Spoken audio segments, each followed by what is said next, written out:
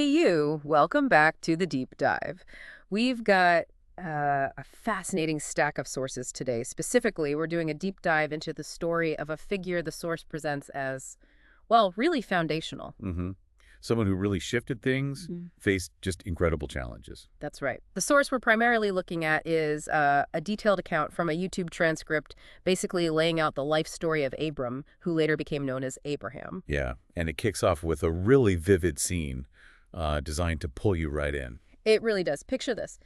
You walk into a shop, and scattered across the floor are like dozens of shattered idols, every single one broken. Right. And standing there, among all the pieces, the largest idol is still intact, but there's a hammer placed right in its hand. And the shop owner comes in, demands to know what happened, and his son, who was supposed to be in charge, points to the big statue and says it smashed all the others. And the source immediately poses that key question, Yeah. was the son's story believed? It's just a powerful way to introduce this character and his willingness to challenge everything. Absolutely, and that boy, of course, was Abram. So our mission in this deep dive, really guided by this source, is to trace his remarkable journey. Explore the 10 major challenges this particular account highlights. Yeah, and understand how through his, well, his unwavering faith and his teachings, he became known as the father of many nations and the one who taught the world about a single true God. Okay, so let's begin where the source does right at the very start of Abram's life. Yeah. He was born in a place called Ur of the Chaldees. That's in ancient Iraq. Okay. His father was Terah, and the source traces his lineage back to Eber. They lived under the rule of King Nimrod in Babylonia. Right, Nimrod. And this account highlights a truly dramatic start. I mean, really dramatic. The night before Abram was born, King Nimrod's astrologers saw something. Yeah, they saw a new star, predicted a baby born that night would be a great leader. And Nimrod, well, he feared this child, saw him as a rival. So he ordered the baby brought to him. Right. But the source tells us Terah bravely swapped Abram. He used a servant's child instead. And Nimrod killed that child. Abram himself was secretly hidden away in a cave for 10 years, just to keep him safe from Nimrod. 10 years in a cave. And what's fascinating, according to the source, is what supposedly happened during that decade alone.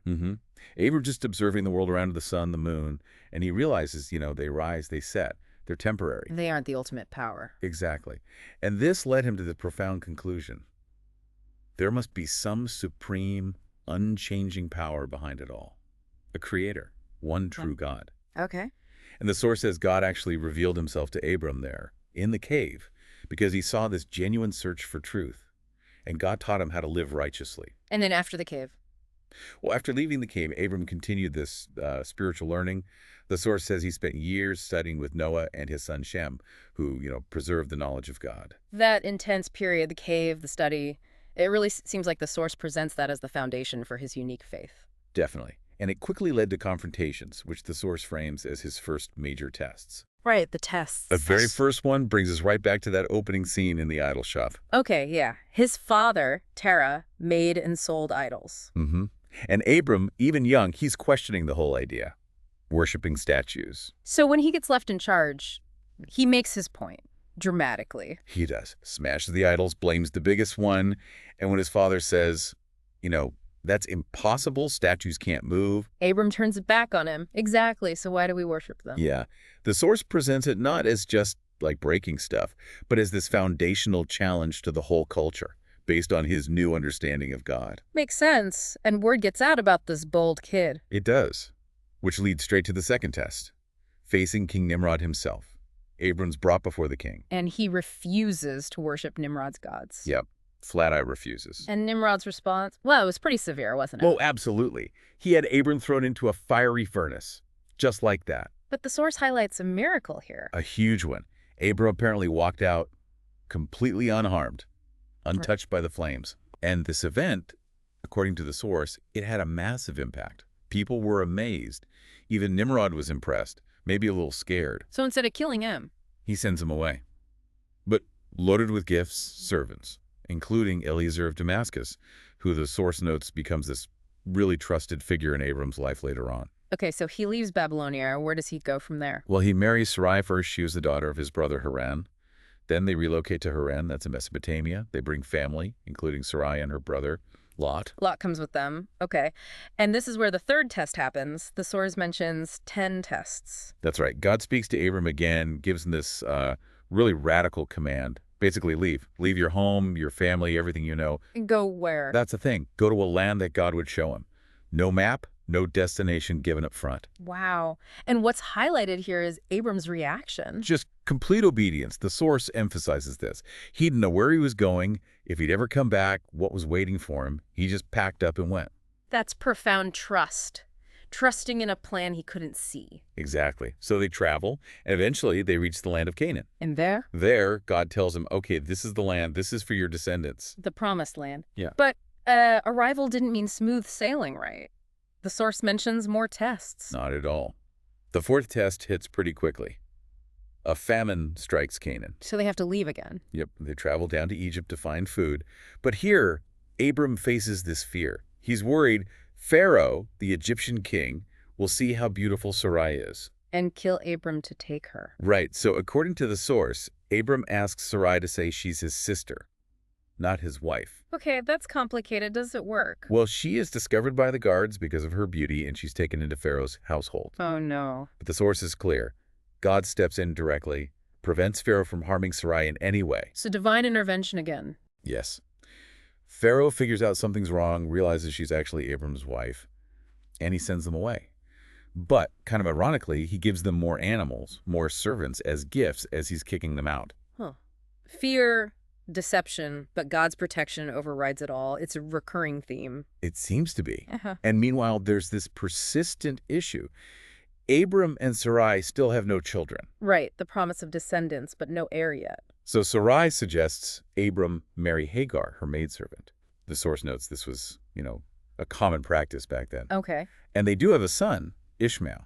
And this account specifically says Ishmael became the patriarch of great Arab nations. Ishmael, got it. So back in Canaan, things get crowded. Yeah. Back in Canaan, both Abram's and Lot's households, their families, their animals, they just grow too large for them to stay together peacefully. Their shepherds start fighting over grazing land and water. Classic conflict. So this leads to the fifth test, separation. Exactly.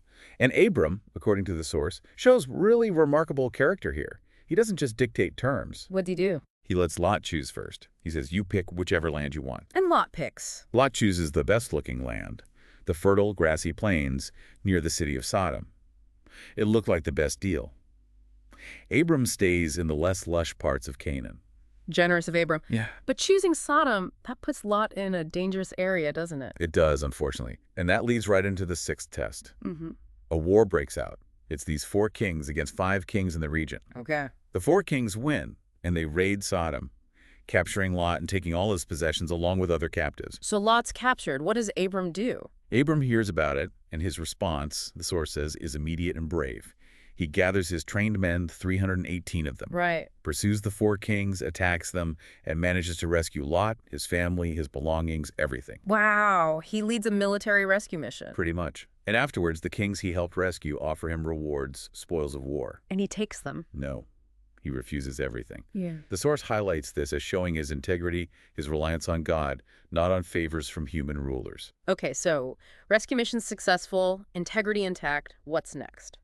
Well, after this display of, faith and courage, God reaffirms his big promise to Abram. The promise about descendants. Yes. He tells Abram, look up at the stars. Can you count them? That's how numerous your descendants will be. Incredible promise. And the source specifies God seals this promise with a very special ceremony, calls it the covenant between the parts. What did that involve? It's described as this really intense, solemn ritual where participants walk between the pieces of divided animals. Yeah. It symbolized that the covenant was absolute binding, permanent, life and death seriousness. Wow. Okay. That's a powerful image. And then comes another test, the 7th one. Yes, a bit later. God commands Abram, who's now 99 years old, to perform circumcision on himself and his household. At 99, the source points out that would have been risky back then, medically. Extremely risky. No modern medicine, serious potential for infection or complications. But Abram obeys. He does. Obeys immediately as a sign of this covenant with God. And it's at this point, as part of renewing this covenant, that God changes their names. Ah, right. Abram becomes... Abraham meaning father of many nations, and Sarai becomes Sarah, meaning princess. It marks their new status, their huge future roles in God's plan. Abraham and Sarah. Okay, so beyond these big numbered tests, the source also paints a picture of their daily life, their character. Definitely. Especially their hospitality. It's really emphasized. Their tent, the source notes, had 4 openings. 4 openings. Why? To welcome travelers approaching from any direction, they wanted to be open and welcoming to everyone, That's a nice detail. and they'd offer food and drink freely. But there was a unique condition, according to this source. What was that? Guests had to thank God for the meal afterwards. So using hospitality to teach. Exactly. Not forcing belief, but gently guiding people to acknowledge the Creator, the source of the food. Interesting approach, and this hospitality leads to something significant. It does. A pivotal moment. One day, 3 visitors show up at Abraham's tent. Just random travelers. Well, the source clarifies these weren't just any travelers, they were angels. Angels, okay. And Abraham and Sarah. They rushed to prepare a feast for them. Standard hospitality, but on a higher level. And the source adds this specific detail. One of the angels actually healed Abraham. Healed him? From what? From the discomfort of his recent circumcision. Ah, okay. That makes sense. And the other angels. Another one delivered the big news. Abraham, now 100, and Sarah, 90, would have a son within the year. At 90, how did Sarah react? Sarah was inside the tent, overheard this, and she laughed. Just laughed out loud, thinking, I'm way too old for that. Understandable reaction, I guess, but... But exactly as the angel promised, a year later, Isaac was born. Isaac, the long-awaited son. Yes. And the source describes this huge celebration, and apparently everyone could see Isaac look exactly like Abraham, like undeniable proof of the miracle. Wow, and this account identifies Isaac as the ancestor of... Of the Jewish people, yes. Okay.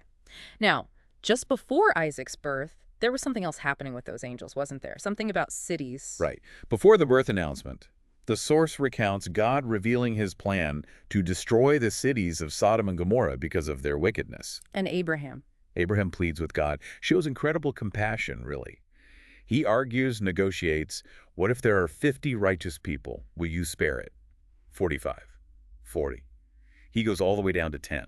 Bargaining with God to save the cities. Essentially, yes. Mm-hmm. And God agrees, if 10 righteous people can be found, the cities will be spared. But they couldn't find 10. According to the source, no, not even 10. So the cities were destroyed. And the third angel, what was its job? That angel's task was specifically to rescue Lot and his family from Sodom before the destruction. Ah, saving Lot again. Yep, they were warned, get out, don't look back. But Lot's wife, she looked back. And turned into a pillar of salt, that famous story. And the source adds an interesting detail here. It says, Abraham's act of praying for Sodom and Gomorrah that morning is considered the origin of the first morning prayer service. Interesting connection. Okay, so Isaac is born. Do the family challenges end there? Not quite. The source presents another difficult situation, sometimes called the 9th test, involving Sarah, Hagar, and Ishmael. What happened? Sarah apparently saw Ishmael mocking or being mean to young Isaac, and she became very protective, insisted Abraham send Hagar and Ishmael away permanently. Oof.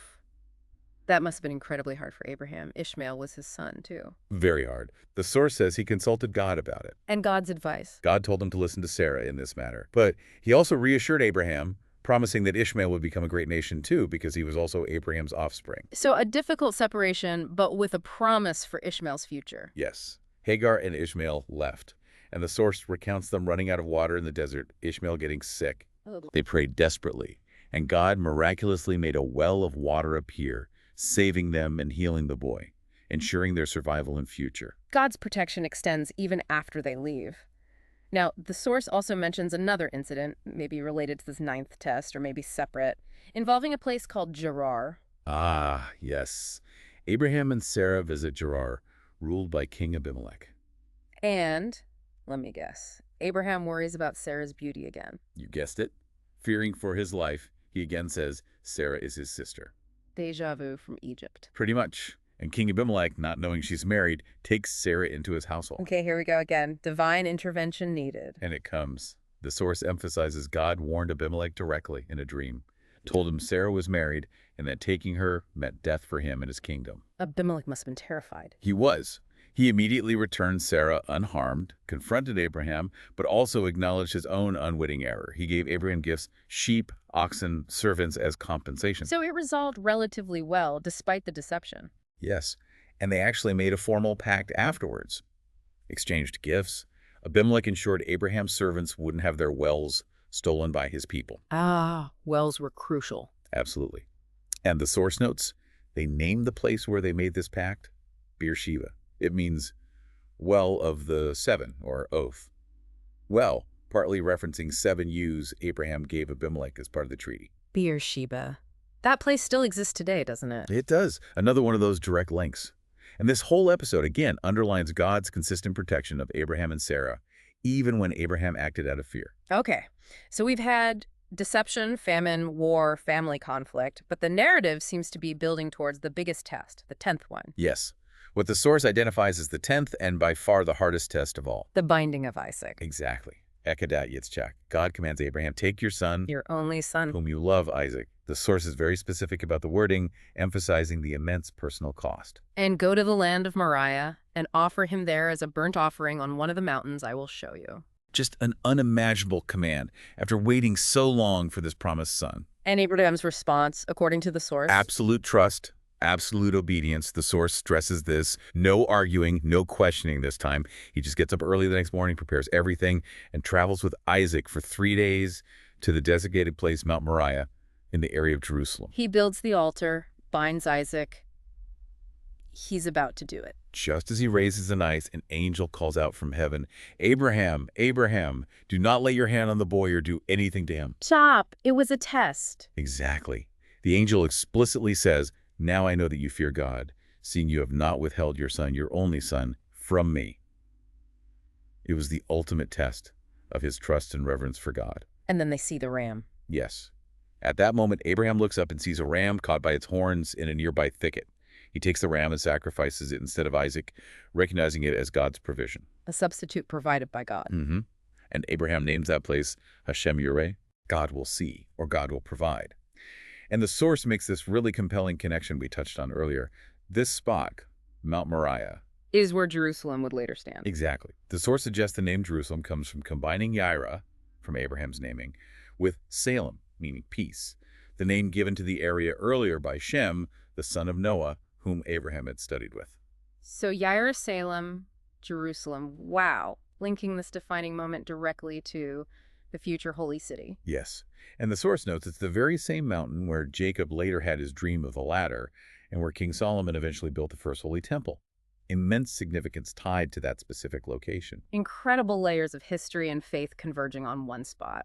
So after this ultimate test, what does the source say about Abraham's later life? Well, life continued. The source recounts Sarah passing away sometime after this. And Abraham needed to bury her. Right. He negotiated and bought a specific piece of land, the cave of Machpelah in Hebron, from a local Hittite named Ephron. He paid a full fair price for it. Why is the purchase itself highlighted? Because buying this specific plot, even though God had promised him the whole land eventually, is presented as another act of faith. It was a concrete claim, showing Abraham's belief that this land truly would belong to his family forever. It was the first piece of the promised land they actually owned.